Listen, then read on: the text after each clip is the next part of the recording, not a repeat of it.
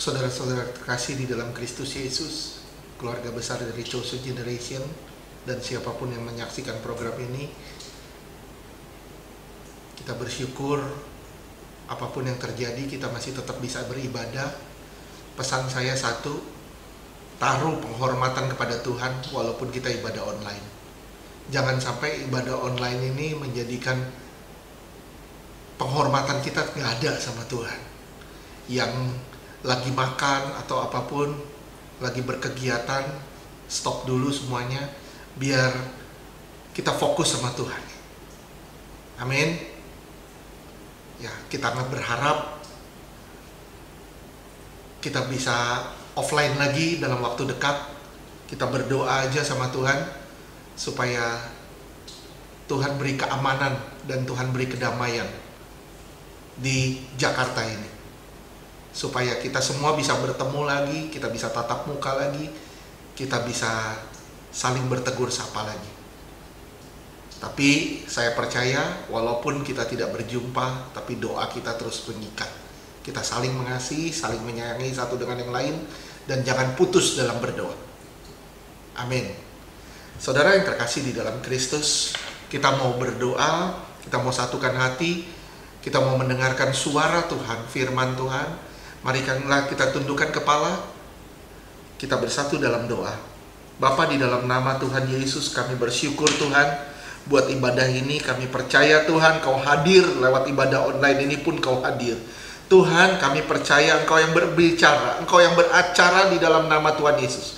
Cengkram Tuhan tempat kami beribadah masing-masing, cengkram ruangan kami dengan hadirat sorgawi di dalam nama Tuhan Yesus. Semua yang bukan dari Tuhan kami tolak, kami patahkan di dalam nama Tuhan Yesus. Hanya Roh Allah saja yang berkata-kata di dalam nama Tuhan Yesus. Di luar Roh Allah kami tolak di dalam nama Tuhan Yesus. Terima kasih Bapa, kami menyerahkan ibadah ini dari awal, pertengahan hingga pada akhirnya di dalam nama Tuhan Yesus. Kami juga berdoa di dalam nama Tuhan Yesus, biar suara Tuhan sungguh-sungguh menggema di dalam hati kami. Kami sungguh-sungguh ditobatkan, dan kami berbalik dari jalan kami yang salah, kembali ke jalan Tuhan yang benar. Di dalam nama Tuhan Yesus kami berdoa dan bersyukur. Haleluya. Amin. Sekali lagi shalom saudara terkasih di dalam Kristus. Hari ini kita mau berbicara, kita sama-sama membahas soal Kain dan Habel sebagai suatu peringatan. Judul khotbah hari ini, Kain dan Habel sebagai suatu peringatan. Mungkin saudara sudah banyak tahu tentang Kain dan Habel. Bahkan saya sendiri pernah beberapa kali berkhotbah tentang Kain dan Habel. Tapi izinkan hari ini Tuhan membahasnya dengan cara yang berbeda, supaya kita mengerti lebih dalam hal apa yang terkandung di dalam peristiwa Kain dan Habel. Saudaraku yang terkasih di dalam Kristus, Adam dan Hawa jatuh dosa, terbuang dari Taman Eden. Mereka mempunyai dua orang anak, yang sulung bernama Kain, yang bungsu bernama Habel. Kain menjadi seorang petani, Habel menjadi peternak. Kita sama-sama baca di Kejadian 4 ayat 3-15. Lewat pembahasan ini, kita akan bongkar pelajaran-pelajaran penting yang terdapat dalam peristiwa Kain dan Habel ini. Ya, silakan. Kejadian 4 ayat 3-15. Setelah beberapa waktu lamanya, maka Kain mempersembahkan sebagian dari hasil tanah itu kepada Tuhan sebagai korban persembahan. Ayat 4, Habel juga mempersembahkan korban persembahan dari anak sulung kambing dombanya, yaitu lemak-lemaknya. Maka Tuhan mengindahkan Habel dan korban persembahan itu. Ayat 5, tetapi Kain dan korban persembahannya tidak diindahkannya. Lalu hati Kain menjadi sangat panas dan mukanya muram. Ayat 6, firman Tuhan berkata kepada Kain, mengapa hatimu panas dan mukamu muram? Ayat 7, apakah mukamu tidak akan berseri jika engkau berbuat baik? Tetapi jika engkau tidak berbuat baik, dosa sudah mengintip di depan pintu. Ia sangat menggoda engkau, tetapi engkau harus berkuasa atasnya. Ayat 8, kata Kain kepada Habel adiknya, marilah kita pergi ke padang. Ketika mereka ada di padang, tiba-tiba Kain memukul Habel adiknya itu, lalu membunuh dia. Ayat ke-9, firman Tuhan berkata kepada Kain, di mana Habel adikmu itu? Jawabnya,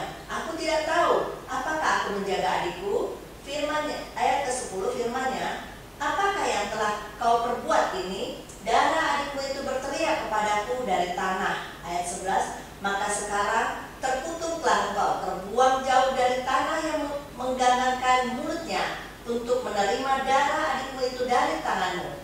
Ayat 12, apabila engkau mengusahakan tanah itu, maka tanah itu tidak akan memberikan hasil sepenuhnya lagi kepadamu. Engkau menjadi seorang pelarian dan pengembara di bumi. Ayat ke-13, kata Kain kepada Tuhan, hukumanku itu lebih besar daripada yang dapat kutanggung. Ayat 14, engkau menghalau aku sekarang dari tanah ini dan aku akan tersembunyi dari hadapanmu, seorang pelarian dan pengembara di bumi. Maka barang siapa yang akan bertemu dengan aku, tentulah akan membunuh aku.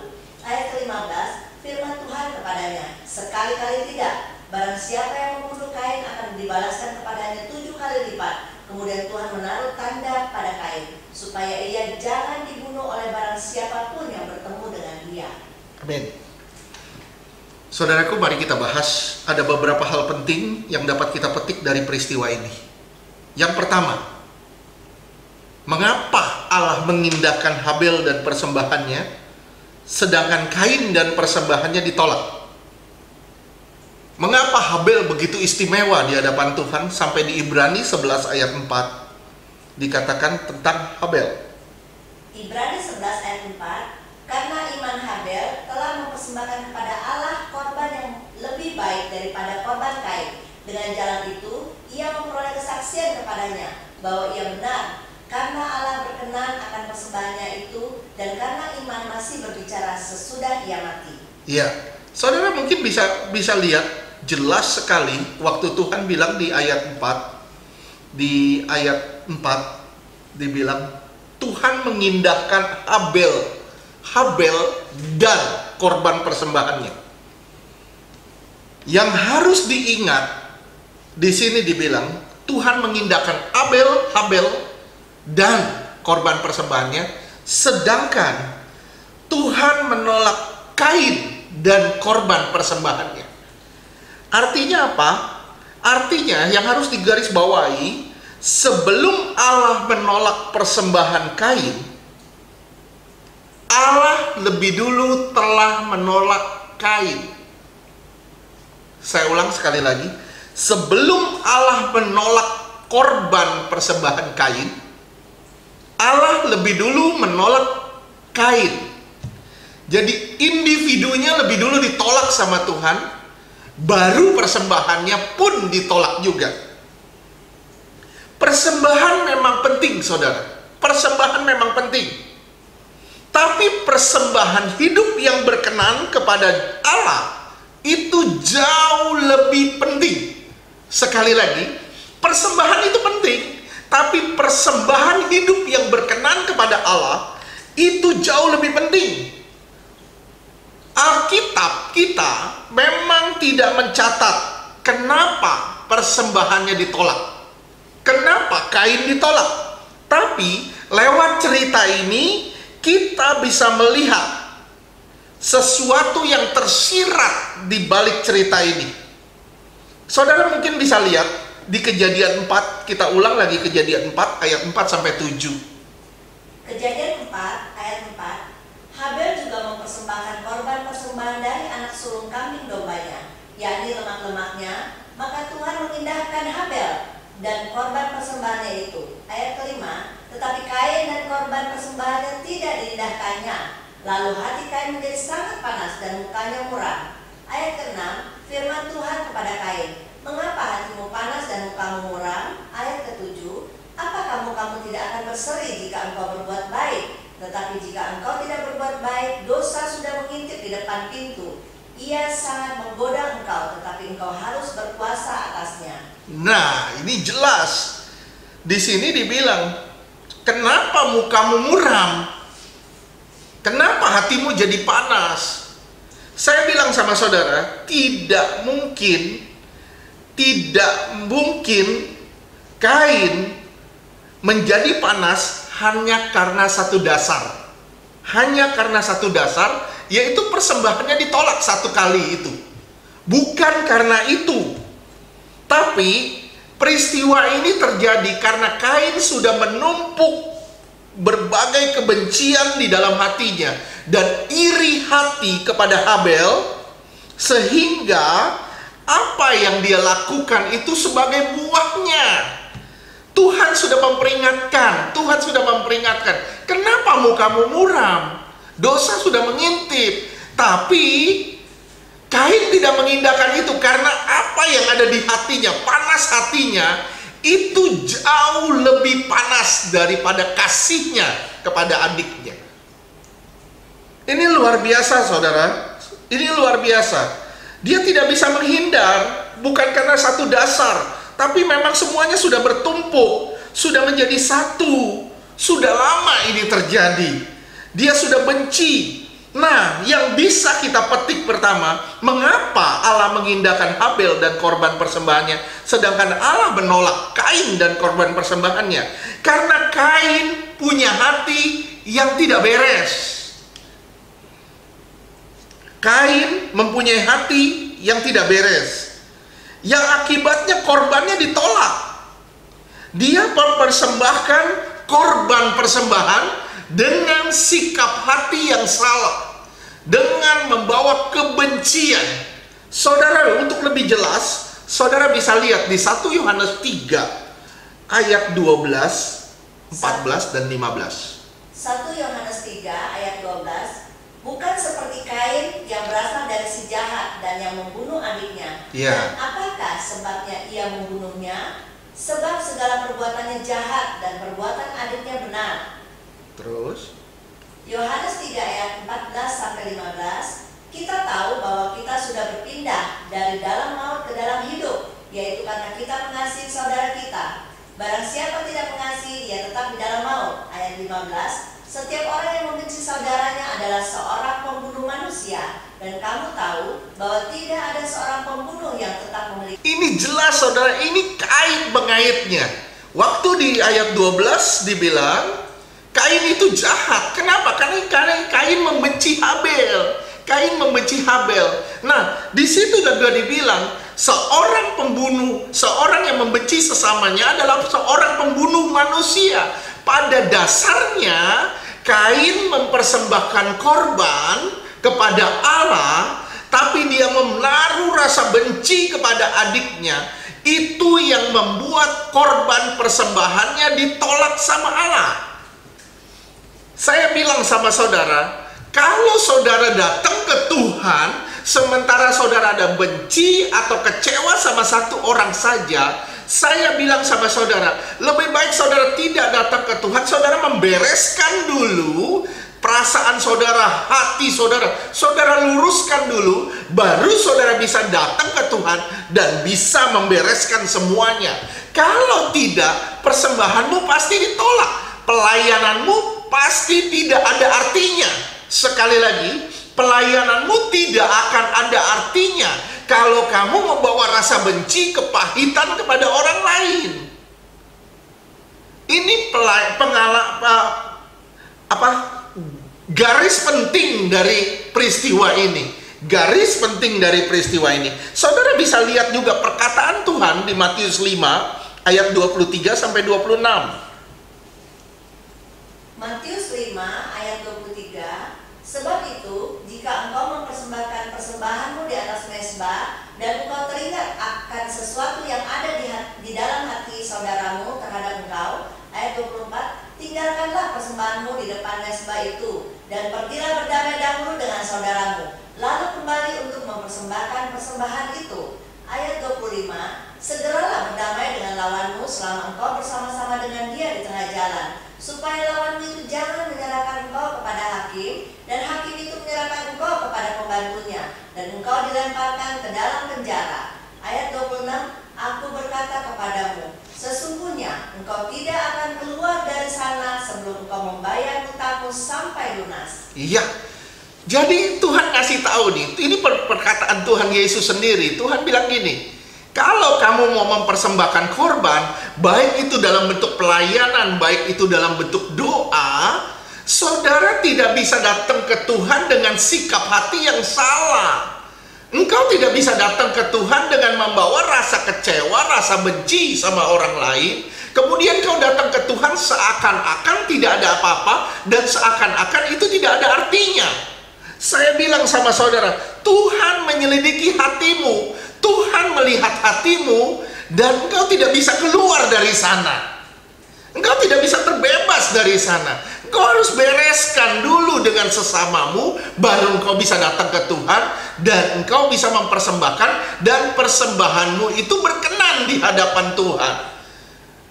Banyak dari kita mempersembahkan korban-korban yang selama ini mungkin tidak berkenan di hadapan Tuhan. Kenapa? Karena pada waktu kita mempersembahkannya, pada waktu kita pelayanan, ada rasa iri sama orang lain, ada rasa dengki sama orang lain, ada benci sama orang lain, dan itu menjadi sandungan bagi persembahanmu.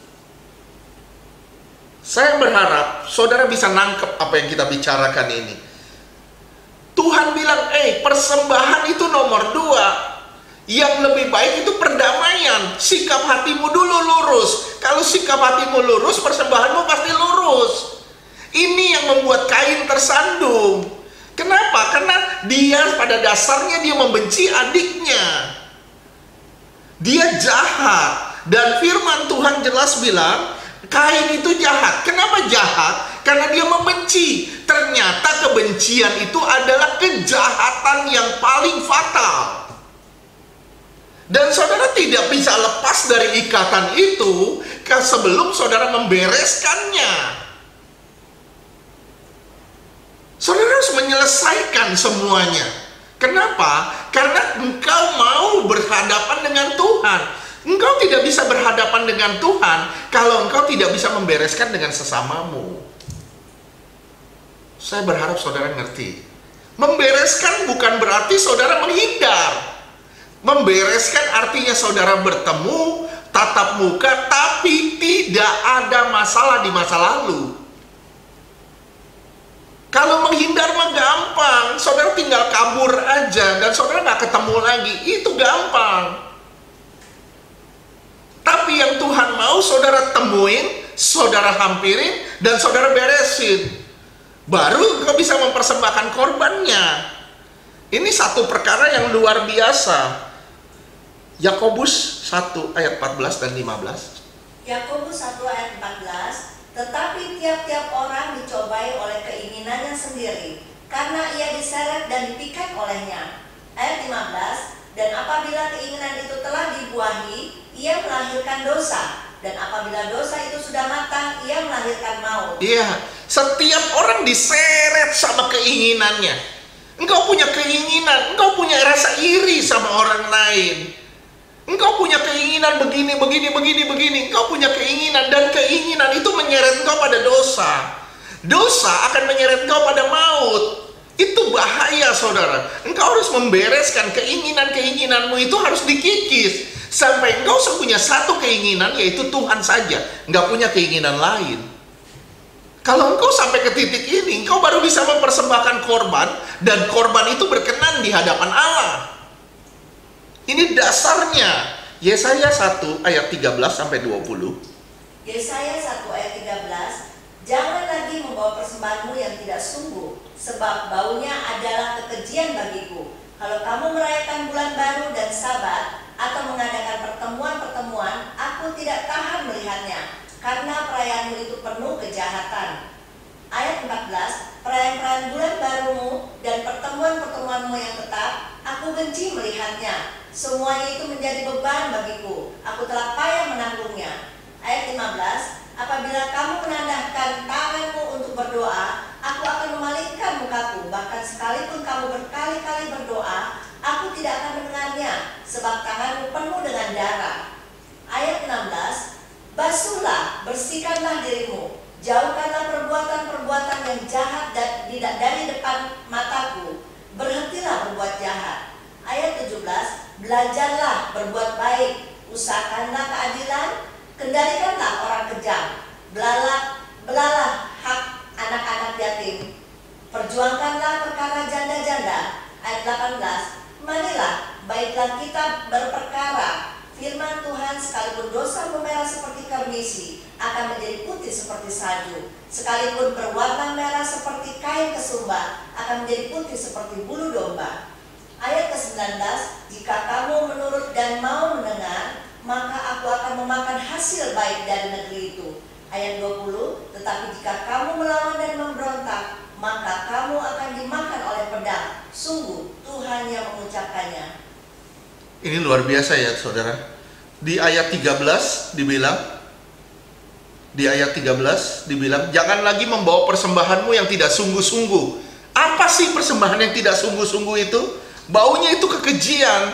Persembahan yang tidak sungguh gimana? Banyak orang datang ke Tuhan, banyak orang melayani, banyak orang datang ke gereja, dia merasa dia sungguh-sungguh. Tapi kalau hatinya jahat di mata Tuhan, itu tidak sungguh-sungguh. Kesungguhan persembahan kita, kesungguhan pelayanan kita adalah kesungguhan perdamaian kita dengan sesama. Saya berharap saudara paham. Di sini dibilang ya, kalau kamu merayakan bulan baru, hari Sabat segala macam, pertemuan-pertemuan, ini ibadah, artinya pertemuan-pertemuan. Kamu percuma kamu beribadah, kamu percuma kamu merayakan pesta-pesta rohani, pesta-pesta rohani. Kita ikut Natalan segala macam, percuma kata Tuhan. Kenapa? Karena pada dasarnya kamu jahat. Mungkin kita bilang, Tuhan saya jahat di mana? Kamu jahat ketika kamu tidak mau berdamai dengan orang lain. Ketika kamu mengabaikan perdamaian dengan sesama, ketika Kain tidak mau berdamai dengan adiknya, ketika Kain iri dengan adiknya, ketika Kain menyalahkan segala sesuatu kepada adiknya, apa yang terjadi? Apa yang terjadi? Di mata Tuhan, Kain jahat. Tuhan ngajak kita di Yesaya ini dibilang bertobat. Hati-hati saudara. Di situ dibilang tanganmu penuh darah. Apa arti tangan penuh darah? Tangan penuh darah itu artinya kau banyak sakit hati sama orang. Kau banyak kecewa sama orang. Kalau kau banyak kecewa, tanganmu penuh darah. Kalau tanganmu penuh darah, engkau gak bisa berhadapan dengan Tuhan. Engkau gak bisa bersentuhan dengan Tuhan. Engkau mau pelayananmu sehebat apapun, mau dipakai sehebat apapun, berapapun saudara menyisakan waktu buat Tuhan, sampai darahmu pun kamu bisa serahkan buat Tuhan. Tapi kalau engkau nggak bisa nyerahin hidupmu buat sesamamu, percuma. Di mata Tuhan tetap kau jahat. Saya berharap saudara bisa ngerti apa yang kita bicarakan ini. Sekali lagi, saya berharap saudara bisa ngerti apa yang kita bicarakan ini. Saudaraku, firman Tuhan jelas bilang di Yeremia 17 ayat 9 dan 10. Yeremia 17 ayat 9, betapa liciknya hati, lebih licik daripada segala sesuatu. Hatinya sudah membatu, siapakah yang dapat mengetahuinya? Ayat 10, aku Tuhan yang menyelidiki hati, yang menguji batin, untuk memberi balasan kepada setiap orang setimpal dengan tingkah lakunya, setimpal dengan hasil perbuatannya. Iya, kita bilang kita baik, tapi Tuhan ngelihat hati kita loh. Tuhan ngelihat kedalaman kita. Apakah kita benar-benar tidak ada kepahitan sama orang? Apakah kita benar-benar tidak ada benci sama orang? Kalau saudara ada benci sama orang, saudara tidak bisa mempersembahkan korban. Makanya berkali-kali saya bilang, yang benci sama orang lain jangan ngangkat perjamuan. Kenapa? Tangannya penuh darah. Itu udah bisa dia ngangkat perjamuan. Beresin dulu sama orang lain, baru angkat perjamuan. Jadi, saudaraku, bukan karena Habel beri yang terbaik, bukan karena Habel memberi yang terbaik. Kalau saudara bilang Habel memberi yang terbaik, saya yakin Kain pun memberi yang terbaik dari hasil tanahnya. Bukan karena Kain memberikan tumbuh-tumbuhan jadi ditolak, bukan karena Habel memberikan kambing domba yang berdarah untuk dipersembahkan pada Tuhan jadi diterima. Bukan karena itu, karena hatinya yang diterima atau tidaknya.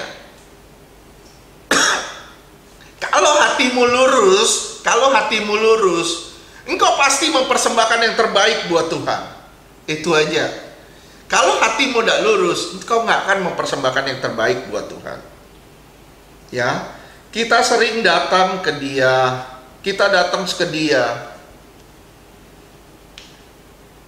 dengan hati yang penuh amarah, penuh kecewa, penuh rasa iri. Tapi kita nggak sadar, itu masalahnya. Kita nggak sadar, ada benci. Mungkinkah persembahan kita jadi sesuatu yang berkenan di hadapan Tuhan? Saya yakin enggak, saudara. Saya yakin enggak. Hati-hati sekali lagi. Membereskan diri kita lebih dulu, supaya persembahan kita dan pelayanan kita menjadi sesuatu yang indah di hadapan Tuhan.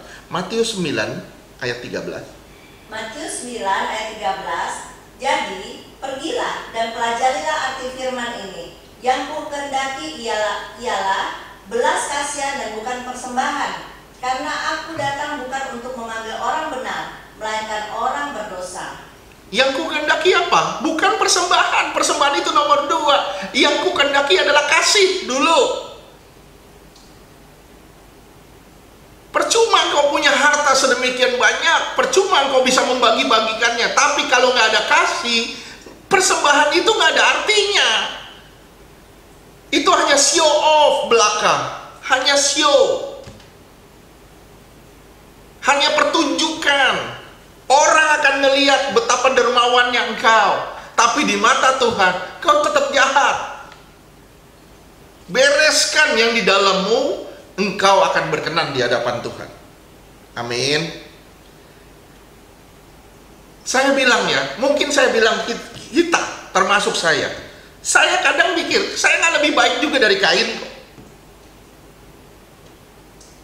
Kita mempersembahkan sesuatu, kita harus membereskan diri kita.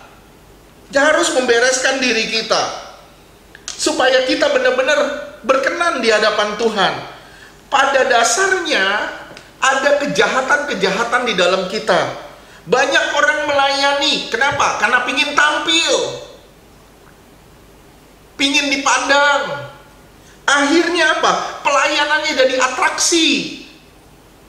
Pelayanannya dalam bentuk atraksi, aksi belaka, dan tanpa arti. Pelayanan itu harus berarti di mata Tuhan. Kalau perlu tidak usah pakai aksi kita, biar Tuhan yang beraksi di sana. Amin. Ayo saudara, sebelum kita mempersembahkan korban kita sama Tuhan, masing-masing kita membereskan diri kita. Masing-masing ayo kita bereskan diri kita. Tuhan lihat ketulusan kita. Kalau ada masalah, biasanya kita getol banget cari Tuhan. Getol banget cari Tuhan. Tapi begitu nggak ada masalah, kita getol banget cari masalah. Artinya kita buat dosa. Hati kita belum benar, hati kita belum lurus. Luruskan hati kita. Kau akan cari Tuhan dengan tulus hati. Luruskan hatimu, engkau akan cari Tuhan dengan lurus hati. Kalau engkau cari Tuhan dengan lurus hati, ingat, Tuhan akan menerima engkau. Dan ingat, saya bilang sama saudara, Allah memandang pada individu, bukan pada persembahannya. Sekali lagi, Allah memandang individu, bukan persembahannya. Hati-hati, hati-hati. Ini yang pertama. Mengapa Allah mengindahkan persembahan Habel, sementara persembahan Kain ditolak? Ini yang pertama. Karena Kain memiliki hati yang gak beres. Yang kedua, hal apa yang harus dipetik dari peristiwa ini? Saya tanya sama saudara, dan saya juga bertanya sama diri saya sendiri. Apakah kita seperti Kain? Pasti kita bilang, tidak, saya tidak seperti Kain. Kita bilang tidak. Tapi, bagaimana ketika Kain mempersembahkan persembahannya, dan persembahannya tidak diterima? Apa yang terjadi? dia bunuh adiknya. Ingat saudara, dia digiring oleh dosa. Saya bilang, dosa itu kayak individu loh. Dia bisa menggiring orang loh. Kita lebih baik dari Kain. Kadang saya bilang ya, kadang kita nggak lebih baik dari Kain. Kadang kita seperti Kain. Tapi Tuhan itu baiknya luar biasa. Kain mempersembahkan korban, dia tidak diterima, dia bunuh adiknya. Begitu nggak kita?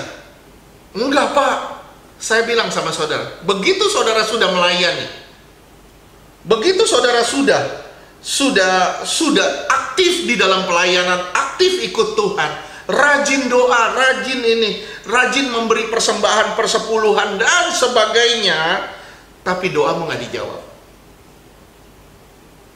Di situ kelihatan nggak karakter Kain ada di dalammu? Waduh, ketika kita sudah rajin memberi, kita memberi hidup kita buat Tuhan, tapi ada satu pergumulan yang Tuhan nggak jawab di situ. Kita apa? Kita mulai kecewa sama Tuhan. Kekecewaan sama Tuhan nggak bisa. Saya nggak bisa melampiaskan kekecewaan saya sama Tuhan. Saya lampiaskan kekecewaan saya sama sesama saya. Kadangkala ketika kita lagi stres, tertekan, maaf saya bilang, anak kita jadi korban. Anak kita jadi korban pelampiasan amarah kita. Saya tanya sama saudara, apakah saudara seperti Kain? Mungkin saat ini, begitu dengar khotbah ini, saudara bilang, ya, saya seperti Kain. Kenapa? Karena saya sering melampiaskan amarah saya ketika saya tidak mendapat apa yang saya inginkan. Ini bahaya, saudara. Yakobus 4 ayat 3. Yakobus 4 ayat 3, atau kamu berdoa juga, tetapi kamu tidak menerima apa-apa, karena kamu salah berdoa. Sebab yang kamu minta itu hendak kamu habiskan untuk memuaskan hawa nafsumu. Ya, kita salah berdoa. Seringkali kita salah berdoa. Apa yang kita minta untuk daging kita.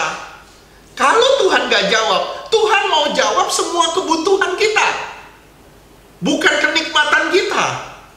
Kebutuhan kita. Tuhan mencari kenikmatan kita. Tuhan mau kita mencari kenikmatannya di dalam Dia.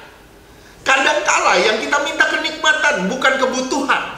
Kalau kebutuhan, Tuhan bilang, engkau butuh, aku pelihara, aku jamin. Tapi kalau engkau mau kenikmatan, engkau salah berdoa. Saya bilang ya, bagaimana ketika doamu tidak dijawab Tuhan? Apakah kita kecewa? Apakah kita marah? Apakah kita mulai bersungut-sungut? Jika iya, saya bilang, bukankah kita seperti Kain? Kita sama kayak Kain. Ketika doanya nggak dijawab, ketika persembahannya tidak diindahkan, dia mulai bunuh Habel. Kita rasa kita rajin pelayanan, kita rajin perpuluhan, kita rajin memberi, tapi kok malah sakit penyakit yang jadi, tapi kok malah bangkrut, malah semua yang tampak gak baik terjadi. Kita mulai ngeluh, kita mulai nuntut. Saya tanya sama saudara, sama nggak kita sama Kain? Sama, saudara, sama. Tapi dengan cara yang berbeda. Ingat ya saudara, ingat. Tuhan tidak menerima persembahanmu. Tuhan tidak menerima persembahanmu sebelum kau mempersembahkan hidupmu seutuhnya bagi Dia. Sekali lagi saya ulang, Tuhan tidak menerima persembahanmu sebelum engkau mempersembahkan hidupmu seutuhnya bagi Dia. Roma 12 ayat 1. Roma 12 ayat 1. Karena itu saudara-saudara, demi kemurahan Allah, aku menasihatkan kamu, supaya kamu mempersembahkan tubuhmu sebagai persembahan yang hidup, yang kudus dan yang berkenan kepada Allah. Iya, kita harus mempersembahkan tubuh kita. Itu ibadah kita yang sejati loh. Itu ibadah kita yang sejati dan itu persembahan kita yang sejati. Nggak asal-asalan, saudara. Saya bilang sama saudara, kita harus punya sikap yang benar, yaitu sikap seorang hamba, dan dia itu sebagai Tuhan. Ingat, persembahan kita itu bukan piutang kepada Tuhan. Jadi gini loh, saudara melayani Tuhan, artinya Tuhan berhutang sama saudara. Saudara mempihutangi Tuhan, itu salah fatal. Saudara memberi persembahan, saudara mempihutangi Tuhan. Saudara memberi persepuluhan, saudara sedang mempiutangi Tuhan. Salah, itu salah fatal. Saudara bukan mempiutangi Tuhan, tapi karena saudara memberi itu persembahan buat Tuhan. Dan itu kewajiban saudara sebagai seorang hamba. Jangan menuntut Tuhan untuk bilang, Tuhan kok kamu gak bilang terima kasih ketika saya sudah menyerahkan hidup saya sepenuhnya buat Tuhan. Tuhan harus bilang thanks sama kita. Waduh, bahaya luar biasa. Tuhan harus bilang terima kasih karena saya sudah memberikan. Saya sudah bangun gereja, saya sudah memberi persepuluhan, saya sudah bikin ini, saya sudah bikin itu, saya sudah bikin banyak hal di gereja. Dan Tuhan harus bilang terima kasih. Saya bilang, engkau jahat dan engkau tidak lebih baik dari Kain. Itu bahaya, saudara. Sekali lagi bahaya. Jangan pernah merasa penting di dalam pelayanan. Saudara bilang, lihat, kalau nggak ada saya, pelayanan nggak akan jalan. Saya bilang sama saudara, itu salah. Kenapa? Tuhan bisa pakai keledai untuk negur Bileam. Keledai. Dan Tuhan bilang, kalau kamu menutup mulut orang-orang untuk menyembah aku akan pakai batu-batu ini untuk menyembah aku. Tuhan tidak akan pernah kehabisan akal untuk membawa orang menyembah dia. Tapi kita yang selalu merasa kita nih orang-orang penting di dalam pelayanan, itu salah. Kalau saudara punya prinsip, pelayanan gak akan jalan sama saya karena gak ada saya. Saya bilang sama saudara, saya bilang, engkau salah fatal dan engkau tidak lebih baik dari Kain.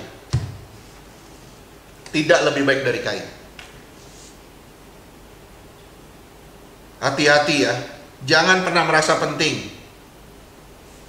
Pelayanan tetap bisa jalan, ada atau tidaknya kita. Ingat, Tuhan bisa pakai apa aja untuk memberi persembahan kepada dia. Ingat saudara, Filipi 2 ayat 3. Filipi 2 ayat 3, dengan tidak mencari kepentingan sendiri atau puji-pujian yang sia-sia, sebaliknya hendaklah dengan rendah hati yang seorang menganggap yang lain lebih utama daripada dirinya sendiri. Iya, kita menganggap yang lain itu lebih utama dari kita. Semua kepentingan kita abaikan demi orang lain. Nggak usah pusing sama kepentingan kita, nggak usah pusing. Engkau merasa teraniaya, nggak usah pusing. Kadang selama kita masih cari penghargaan di dalam pelayanan, saya bilang ya, tolong digarisbawahi. Selama engkau mencari penghargaan di dalam suatu pelayanan, engkau akan terus merasa teraniaya dalam pelayanan itu. Saya bilang sekali lagi, selama engkau terus mencari penghargaan di dalam satu pelayanan, engkau akan merasa teraniaya oleh pelayanan itu. Kenapa? Karena pada dasarnya hatimu yang tidak beres, bukan pelayanannya. Hatimu yang tidak beres. Lukas 12 ayat 37. Lukas 12 ayat 37, berbahagialah hamba-hamba yang didapati tuannya berjaga-jaga ketika ia datang.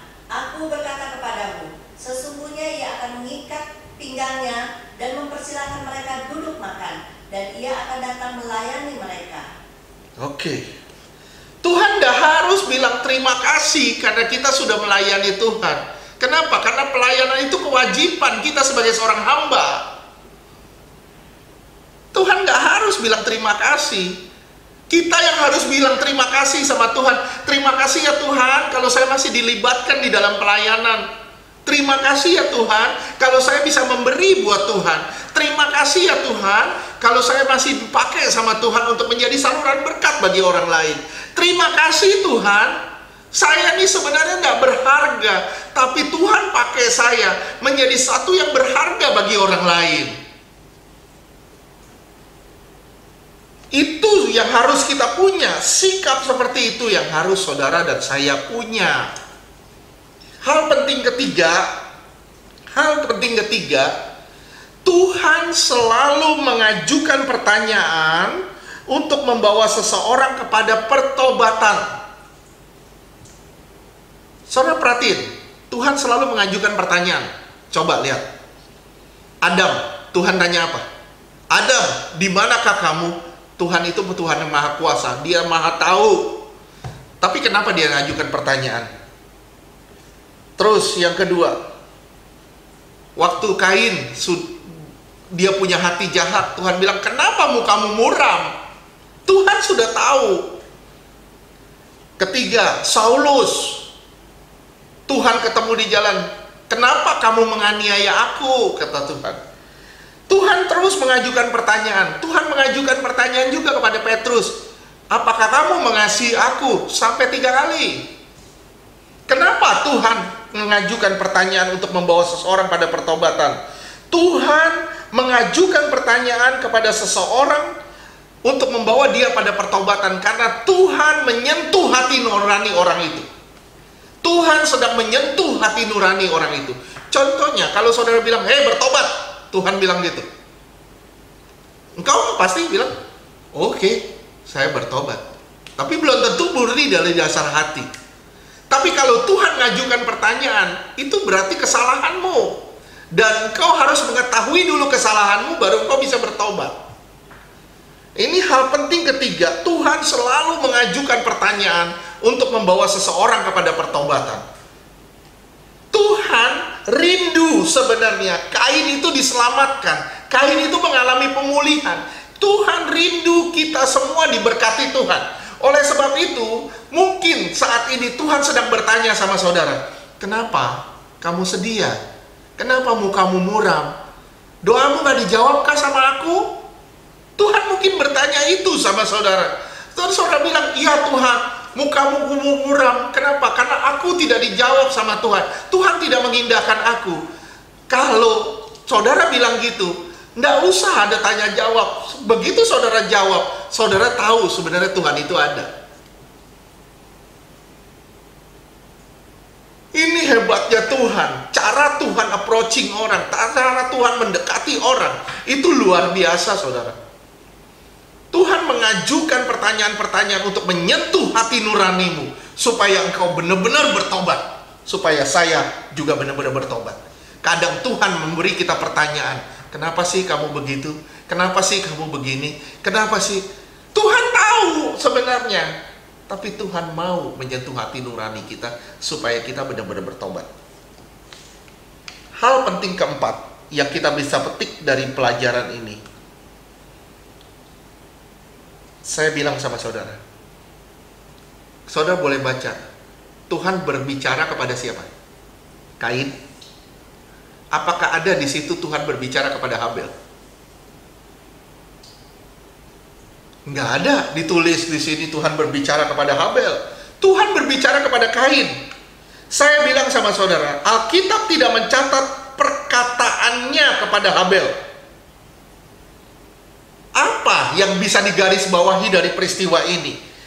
Jika engkau dapat pewahyuan hari ini, engkau dapat pernyataan-pernyataan hari ini, hal-hal yang luar biasa hari ini, bukan berarti engkau sudah rohani. Bukan berarti engkau sudah rohani. Tuhan berbicara, berdialog dengan Kain, bukan karena Kain rohani, tapi karena Kain digiring Tuhan untuk bertobat. Tuhan gak mau Kain terhilang. Kadang kita merasa, Tuhan berbicara pada saya jauh lebih rohani dari dia. Itu salah. Takaran kerohanian seseorang bukan percakapannya dengan Tuhan. Takaran kerohanian seseorang, rohani bukan diukur dari pelayanan, bukan pula diukur dari kuasa yang dia punya, Bukan pula diukur dari pernyataan-pernyataan yang dia dapat atau pewahyuan yang dia dapat. Tapi kerohanian diukur dari sejauh mana unsur Allah sudah ada di dalam saudara dan saya. Dan itu berdampak luar biasa kepada kita. Sehingga kita benar-benar dituntun oleh dia dan kita benar-benar berubah. Itulah kerohanian. Jangan berkata, saya rohani karena saya sudah melayani. Saya rohani karena hidup mati saya di gereja. Saya melayani, saya sudah memberi, berarti saya sudah rohani. Saya bersedia menghabiskan seluruh uang saya untuk pelayanan, artinya saya sudah rohani. Salah. Saya dapat pewahyuan, saya dapat mimpi, saya dengar suara, saya sudah rohani. Salah. Tapi kalau unsur Allah ada di dalammu, engkau diubah sama Tuhan untuk mengubah lingkunganmu, disitulah kerohanian itu terjadi. Engkau baru dikatakan rohani ketika engkau melakukan kebenaran-kebenaran Allah. Dan kebenaran itu sungguh-sungguh mengubah engkau dan sungguh-sungguh berdampak pada lingkunganmu. Itulah kerohanian. Saudara lihat ya, di 2 Korintus 12 ayat kedua sampai 8. Itu luar biasa loh. Paulus sampai bilang, 14 tahun yang lalu aku dapat pernyataan ini, tapi aku baru nyatakan hari ini. Ya, silakan. 2 Korintus 12 ayat 2 sampai 8. Aku tahu tentang seorang Kristen 14 tahun yang lampau, entah di dalam tubuh aku tidak tahu, entah di luar tubuh aku tidak tahu, Allah yang mengetahuinya.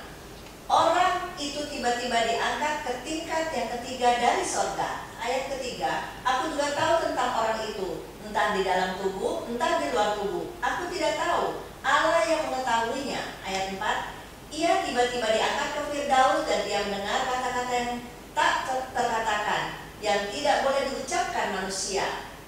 Ayat kelima, atas orang itu aku hendak bermegah, tetapi atas diriku sendiri aku tidak akan bermegah, selain atas kelemahan-kelemahanku. Ayat 6, sebab sekiranya aku hendak bermegah juga, aku bukan orang bodoh lagi, karena aku mengatakan kebenaran, tetapi aku menahan diriku supaya jangan ada orang yang menghitungkan kepadaku lebih daripada yang mereka lihat padaku atau yang mereka dengar daripadaku. Ayat 7, dan supaya aku jangan meninggikan diri karena pernyataan-pernyataan yang luar biasa itu, maka aku diberi suatu duri di dalam dagingku, yaitu seorang utusan iblis untuk mengecoh aku supaya aku jangan meninggikan diri.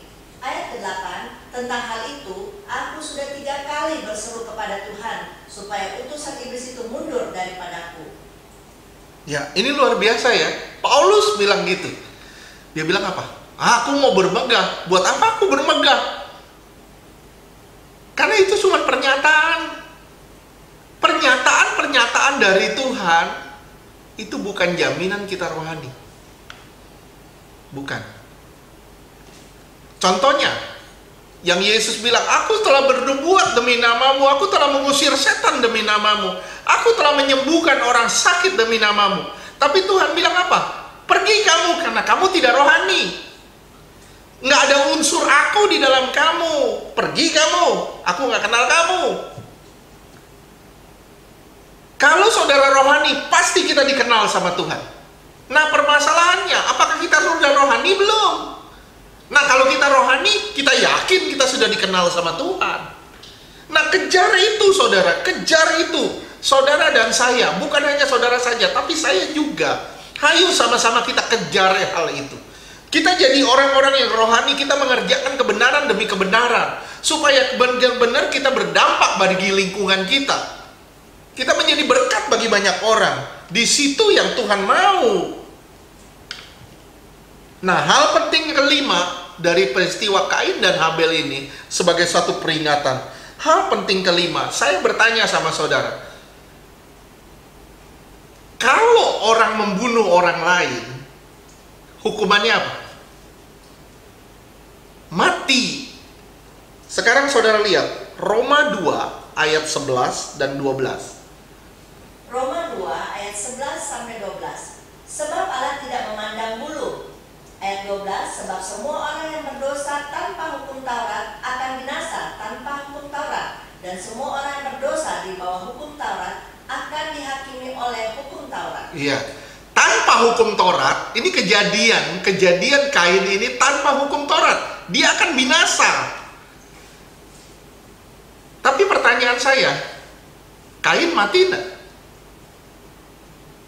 Dihukum mati enggak? Enggak. Nah, pertanyaan saya, kenapa Allah meringankan hukuman atas Kain? Sekarang lihat di Kejadian 4 ayat 13 sampai 15. Kejadian 4 ayat 13, kata Kain kepada Tuhan, hukumanku itu lebih besar daripada yang dapat kutanggung. Ayat 14, engkau menghalau aku sekarang dari tanah ini, dan aku akan tersembunyi dari hadapanmu, seorang pelarian dan pengembara di bumi. Maka barang siapa yang akan bertemu dengan aku, tentulah akan membunuh aku. Ayat 15, firman Tuhan kepadanya, sekali-kali tidak, barang siapa yang membunuh Kain akan dibalas kepadanya 7 kali lipat. Kemudian Tuhan menaruh tanda pada Kain, supaya ia jangan dibunuh oleh barang siapapun yang bertemu dengan dia. Iya, ini luar biasa saudara. Saudara lihat lagi di Ulangan 19 ayat 11 sampai 12. Ulangan 19 ayat 11, tetapi apabila seorang membenci sesamanya manusia dan dengan bersembunyi menantikan dia, lalu bangun menyerang dan memukul dia sehingga mati, kemudian melarikan diri ke salah satu kota itu. Ayat 12, maka haruslah para tua-tua kotanya menyuruh mengambil dia dari sana dan menyerahkan dia kepada penuntut tebusan darah, supaya ia mati dibunuh. Iya, saya perhatiin ya, tadi dibilang tanpa hukum Taurat tetap binasa. Ya, terus di Ulangan dibilang lagi, kalau membunuh tetap harus mati. Tapi kenapa Tuhan meringankan hukuman daripada Kain? Di Kejadian 4, Tuhan bilang, enggak, sekali-kali kau tidak akan mati. Ini pelajaran penting saudara, ini pelajaran penting. Saya mau garis bawahi sedikit. Kata hukuman di ayat 13, hukumanku itu lebih besar dari yang dapat kutanggung. Ini bahasa aslinya, bahasa Ibrani, bukan berarti hukuman. Lebih tepat diterjemahkan kesalahan. Karena itu sama, kesalahan itu atau kejahatan itu sama yang dipakai di Mazmur 51 ayat 4, 7 dan 11. Mazmur 51 ayat 4, bersihkanlah aku seluruhnya dari kesalahanku, dan tahirkanlah aku dari dosaku. Ayat 7. Ayat 7, sesungguhnya dalam kesalahan. Iya. Dalam dosa aku dikandung ibuku. Iya. Ayat 11, sembunyikanlah wajahmu terhadap dosaku, hapuskanlah segala kesalahanku. Nah, ini kesalahan ini pakai kata yang sama dengan kesalahan yang hukuman di Kejadian 4. Kata hukuman di Kejadian 4 pakai kata yang sama dengan kata kesalahan di Mazmur 51. Dan pakai juga kata yang sama yang dipakai juga di Yesaya 53 ayat 5 dan 6. Itu katanya kejahatan, tapi pakai katanya sama. Yesaya 53 ayat 5, tetapi dia tertikam oleh karena pemberontakan kita, dia diremukkan oleh karena kejahatan kita, ganjaran yang mendatangkan keselamatan bagi kita ditimpakan kepadanya, dan oleh bilur-bilurnya kita menjadi sembuh. Ayat 6, kita sekalian sesat seperti domba, masing-masing kita mengambil jalannya sendiri, tetapi Tuhan telah menimpakan kepadanya kejahatan kita sekalian. Iya. Jadi kata hukuman ini kurang tepat diterjemahkannya. Mestinya pakai kata kesalahan atau kejahatan. Jadi saya bilang begini, ini perkataan Kain. Kain bilang gini, kesalahanku itu sudah terlalu berat, tidak bisa kutanggung. Konotasinya apa? Kalau saudara bilang hukumanku sudah terlalu berat, ini artinya persungutan sama Tuhan, betul? Tapi dengan pakai kata kesalahan, Kain bilang ini, kesalahanku terlalu berat, sudah gak bisa ditanggung lagi. Konotasinya apa? Pertobatan. Sebenarnya Kain sedang bertobat. Oleh sebab itu hukumannya diringankan sama Tuhan. Kain bukan bersungut-sungut, dia bilang hukumanku terlalu berat, kamu menghukum aku terlalu berat. Salah. Sebenarnya kata yang dipakai ini adalah kesalahanku itu sudah terlalu berat. Aku sudah gak bisa nanggungnya lagi. Aku sudah gak bisa nanggungnya lagi. Aku bertobat, kesalahanku sudah sangat berat. Aku sudah membunuh adikku. Nah, di sini saudara, Tuhan meringankan hukuman dari Kain.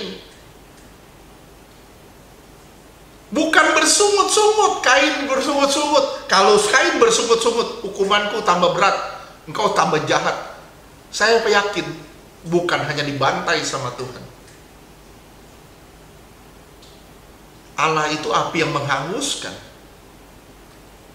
Tapi di sini pakai kata yang sama dengan kata kesalahan atau kejahatan. Jadi sekali lagi saya ulang, Kain berkata gini, kesalahanku sudah terlalu berat, aku gak bisa tanggungnya lagi. Aku bertobat. Faham ya? Kenapa Tuhan meringankan hukuman Kain? Karena dia bertobat.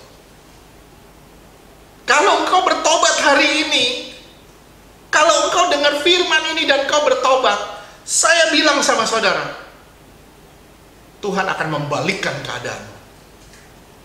Tuhan mampu melakukan perkara-perkara ajaib di dalam hidupmu, asal engkau mau bertobat aja. Yohanes 3 ayat 20. Yohanes 3 ayat 20, sebab barang siapa berbuat jahat, membenci terang dan tidak datang kepada terang itu, supaya perbuatan-perbuatan yang jahat itu tidak nampak. Iya, ini luar biasa loh. Tuhan sendiri yang ngomong. Tuhan sendiri yang ngomong. Barang siapa, coba diulang, barang siapa berbuat jahat, terus membenci terang, dia akan benci terang, terus dan tidak datang kepada terang itu, dan tidak datang kepada terang itu, supaya perbuatan-perbuatannya yang jahat itu tidak nampak. Supaya apa yang dia buat yang jahat nggak kelihatan. Jadi saya bilang ada dua jenis tanggapan terhadap firman. Dua jenis tanggapan kepada firman. Yang pertama, saudara dengar firman, saudara rela berubah karena teguran. Yang pertama, tanggapannya, saudara rela mendengar firman dan saudara rela untuk berubah karena ada teguran di situ. Tuhan menegur Kain dan dia bilang, Tuhan, kesalahanku sudah berat. Tuhan meringankan hukumannya. Tapi yang kedua, orang keras hati. Dia merasa firman itu sebagai suatu penghakiman. Saya bilang ya, kita ngomong logik pakai akal sehat. Kalau dia bilang, kalau seseorang bilang gini, dia menghakimi saya dengan firman. Saya bilang sama dia, sesungguhnya dengan rasa sebagai suatu penghakiman, firman sebagai suatu penghakiman, dia sedang bersaksi, itu saya. Tapi saya benci terang, oleh sebab itu saya tidak mau berubah. Tanggapan yang pertama, rela mendengar firman dan rela untuk berubah. Tanggapan yang kedua, keras hati, merasa firman itu sebagai suatu penghakiman.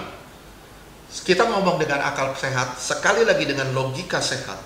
Sesungguhnya jika seseorang merasa firman itu menghakimi dia sedang bersaksi, itu saya, sungguh-sungguh saya. Tapi saya benci untuk berubah. Saya tidak mau berubah. Inilah caranya.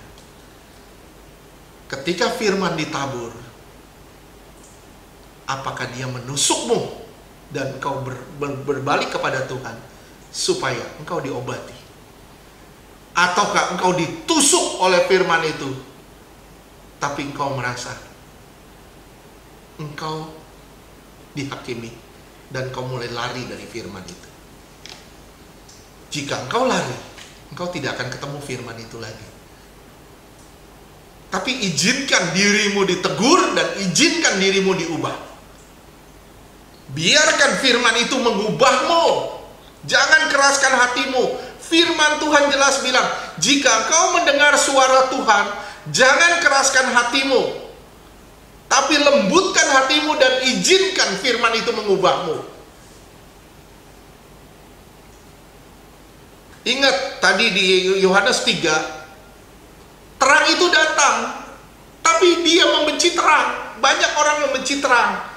Ketika terangnya jelas terlihat, ke semua kegelapan di dalam dirinya itu nampak. Dan orang itu punya dua kesempatan. Satu, kesempatan berubah dan diselamatkan, atau kesempatan terhilang. Dua aja, gak ada cara lain.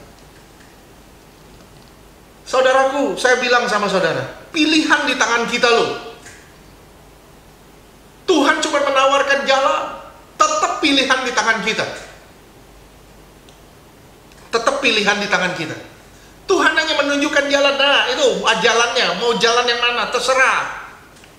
Tuhan bilang ikut aku.